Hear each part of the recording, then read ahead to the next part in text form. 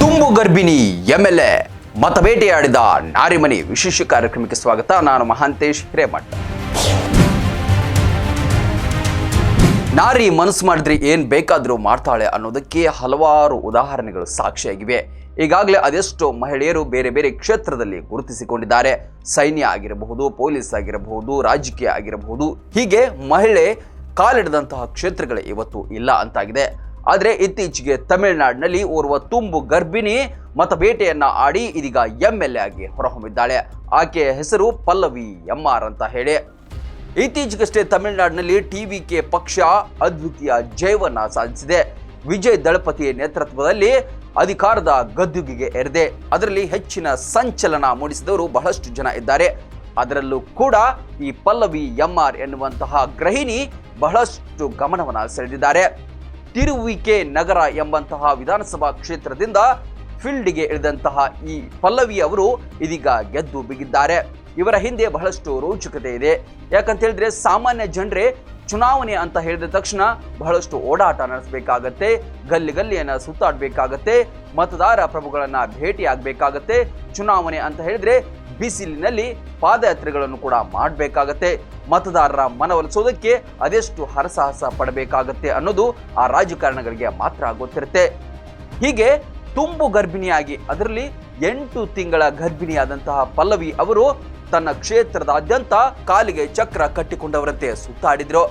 ಸಾಮಾನ್ಯ ಮಹಿಳೆಯಾಗಿದ್ರು ಕೂಡ ಎಲ್ಲ ಬೆಂಬಲಿಗರ ಜೊತೆ ಮನೆ ಮನೆಗೆ ತೆರಳಿ ಮತದಾರರ ಪ್ರಭುಗಳಲ್ಲಿ ಮನವಿಯನ್ನ ಮಾಡಿಕೊಂಡ್ರು. ನನಗೆ ಓಟ್ ಹಾಕಿ ಗೆಲ್ಲಿಸಿ ಅಂತ ಹೇಳಿ ಅವರು ಎಲ್ಲ ರೀತಿಯಾದಂತಹ ಮನವಿಯನ್ನ ಮಾಡಿಕೊಂಡ್ರು.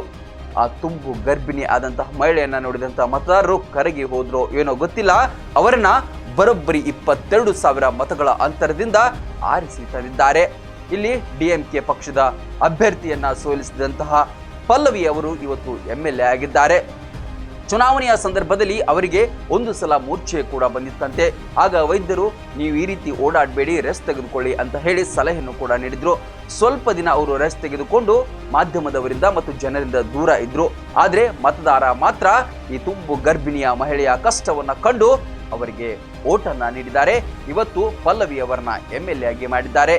ಒಟ್ನಲ್ಲಿ ಟಿವಿಕೆ ಪಕ್ಷಕ್ಕೆ ಪಲ್ಲವಿಯವರ ಕೊಡುಗೆ ಕೂಡ ಅಪಾರವಾಗಿದೆ. ಇದು ಈ ತುಂಬು ಗರ್ಭಿಣಿ ಮಹಿಳೆ ಎಂಎಲ್ಎ ಆದಂತಹ ಒಂದು ಉದಾಹರಣೆಯನ್ನ ಹೇಳುವ ಪ್ರಯತ್ನ ನಮ್ದಾಗಿತ್ತು. ಲೇಟೆಸ್ಟ್ ಸುದ್ದಿಗಳಿಗಾಗಿ ನೋಡ್ತಾ ಇರಿ ರನ್ ಟಿವಿ. ಇದು ಸಾಮಾಜಿಕ ಚಿಲುಮೆ.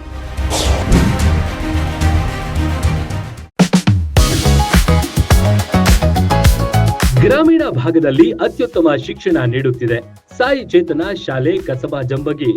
ನರ್ಸರಿಯಿಂದ 5ನೇ ತರಗತಿ ತನಕ ಇರುವ ನಮ್ಮ ಶಾಲೆಯಲ್ಲಿ ನುರಿತ ಬೋಧಕರು, ಸ್ಮಾರ್ಟ್ ಕ್ಲಾಸ್, ವಿಶಾಲವಾದ ಆಟದ ಮೈದಾನ, ಪೂರ್ವ ಪ್ರಾಥಮಿಕ ಮತ್ತು ಪ್ರಾಥಮಿಕ ತರಗತಿ ಮಕ್ಕಳಿಗೆ ಪ್ರತ್ಯೇಕ ಕೊಠಡಿ, ಶಾಲಾ ವಾಹನ, ಮಕ್ಕಳ ಸುರಕ್ಷತೆಗೆ ಹೆಚ್ಚಿನ ಒತ್ತು ಕೊಡುತ್ತೇವೆ. ವಸತಿ ಶಾಲೆಗಳು ನಡೆಸುವ ಸ್ಪರ್ಧಾತ್ಮಕ ಪರೀಕ್ಷೆಗೆ ಉಚಿತ ಕೋಚಿಂಗ್, ಪಠ್ಯೇತರ ಚಟುವಟಿಕೆಗಳಿಗೂ ಒತ್ತು ನೀಡುತ್ತೇವೆ.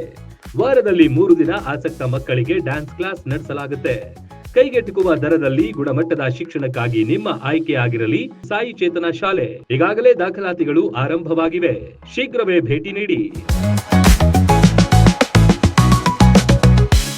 ರನ್ ಟಿವಿ ನ್ಯೂಸ್ ವಿಡಿಯೋಸ್ ನೋಡಲು ಸಬ್ಸ್ಕ್ರೈಬ್ ಮಾಡಿ, ಬೆಲ್ ಐಕಾನ್ ಪ್ರೆಸ್ ಮಾಡಿ.